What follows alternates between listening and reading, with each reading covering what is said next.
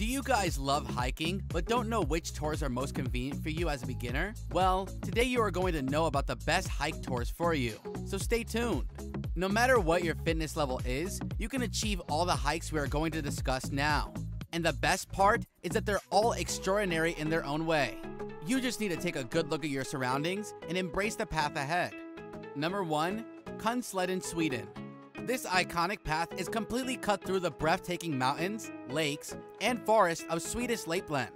Gorgeous in excess of 250 miles. Yet, you can take on so much or as little as you wish. Split perfectly into segments, these are various entry and exit points, and mountain cottages on the way for expediting. Throughout the late spring months, you can climb until a quite bit until the 12 p.m. sun, or decide to take on the King's Trial in the fall, whenever you will have a decent possibility of seeing the northern lights. An expression of caution, however, on the off chance that you are planning to take on the King's Trial between mid-November and mid-March, packing your cross-country skis would be better. Number 2. Santa Cruz Trek, Peru. On number 2, we have Santa Cruz Trek in Peru. With all the natural excellence of the Inca Trail, this exemplary 3 to 4 day journey into the Peruvian Andes is just 30 miles in length and is both unquestionably delightful and sensible for novice. Beginning in the Peruvian town of Juarez and completing in the town of Cachapampa, the paths cut through Carilion Blanca, which is the world's most broad tropical ice-shrouded mountain range, weaving underneath snow-covered pinnacles and past distant turquoise lakes. Most administrators will set you up for your baggage to be carried on donkeys, so you are free to totally enjoy the serenity and isolation. Number 3. Angel's Landing, Utah, USA. Angel's Landing is efficiently finished in a day, and is fine for amateurs as long as you have a head for statues. The 5-mile full circle gets going somewhat flat, underneath southern Utah's re-owned Red Bluffs. Prior to the following, a progression of short bends called Walter's Wiggles. The last push, up step slashed into stone, is more determination analyzer than leg analyzer, with steep drop-offs on one or the other side. Yet the award is more than worth the effort.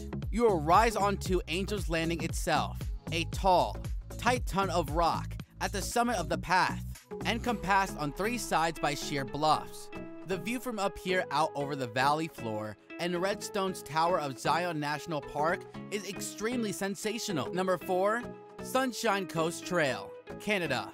A sum of 112 beautiful miles twisting along lovely shores of British Columbia. This is Canada's longest hut-to-hut climbing trail. The course goes through mountains, old forest, past lakes, rivulets, and waterways as it bends around Canada's west coast, with hikers ready to investigate various strolling choices going from a couple of hours to the whole path. There are various camping areas en route, or you can remain at one of the 12 lodges of the trail. If you have 10 days, attempt the entire journey from Sarah Point in Desolation Sound to Saltery Bay close to Powell River, as it is a flat-out jewel.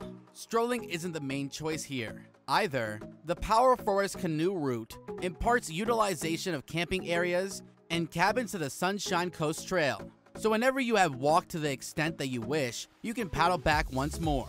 Number 5. Larapinta Trail, Australia. The last one on the list is Larapinta Trail in Australia. This all-around check track across Australia's Northern Territory is an outback work of art. From Alice Springs, well-known telegraph station, as its eastern finish to Mount Sandor in the west, the length of the trail is 139 miles. However, it is parted into 12 clear segments, giving a lot of choices. One of the most amazing is the World Expeditions Bundle, with transportation and Jeep backing to ship you into the best segments of the path throughout the span of 7 days, while additionally moving your gear between long-lasting camping areas. The going is simple, yet the perspectives as you navigate Australia's Red Centre are absolutely remarkable.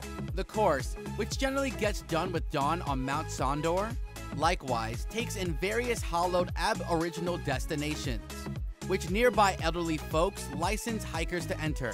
If you will stay away from the scorching heat during October and February, this is feasible bushwalking at its absolute best.